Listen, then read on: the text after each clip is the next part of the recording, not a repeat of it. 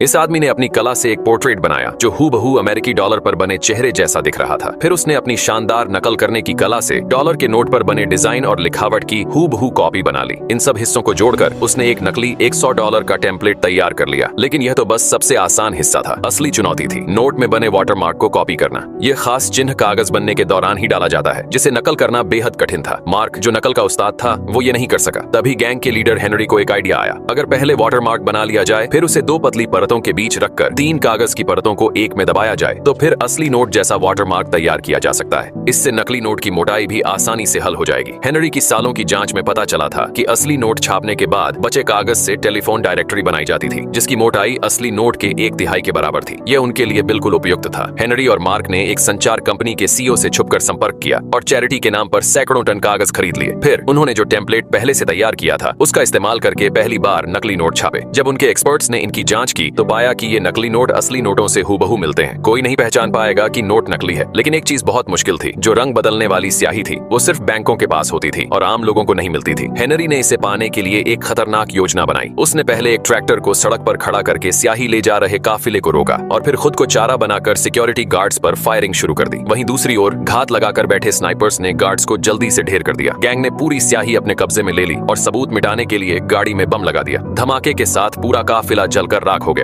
इसके बाद उनके अड्डे पर सभी प्रिंटिंग मशीनें दिन रात चलने लगीं और उन्होंने भारी मात्रा में नकली नोट छापना शुरू कर दिया। ये नोट इतने असली लगते थे कि असली नोट भी उनके आगे फीके पड़ जाते थे। लेकिन मार्क खुश नहीं था, क्योंकि उसे पता था कि स्याही जल्दी ही खत्म हो जाएगी। इस समस्या का हल ढूंढने के लिए मार्क हेनरी के साथ दुनिया भर में घूमने लगा और अलग अलग स्याही को मिलाकर प्रयोग करता रहा। फिर एक बार एक गैंग से लेन देन के दौरान उसने देखा कि उनके लीडर की कार पर जो रंग था, वह उसी रंग बदलने वाली स्याही जैसा लग रहा था, जैसा अमेरिकी डॉलर पर इस्तेमाल होता है।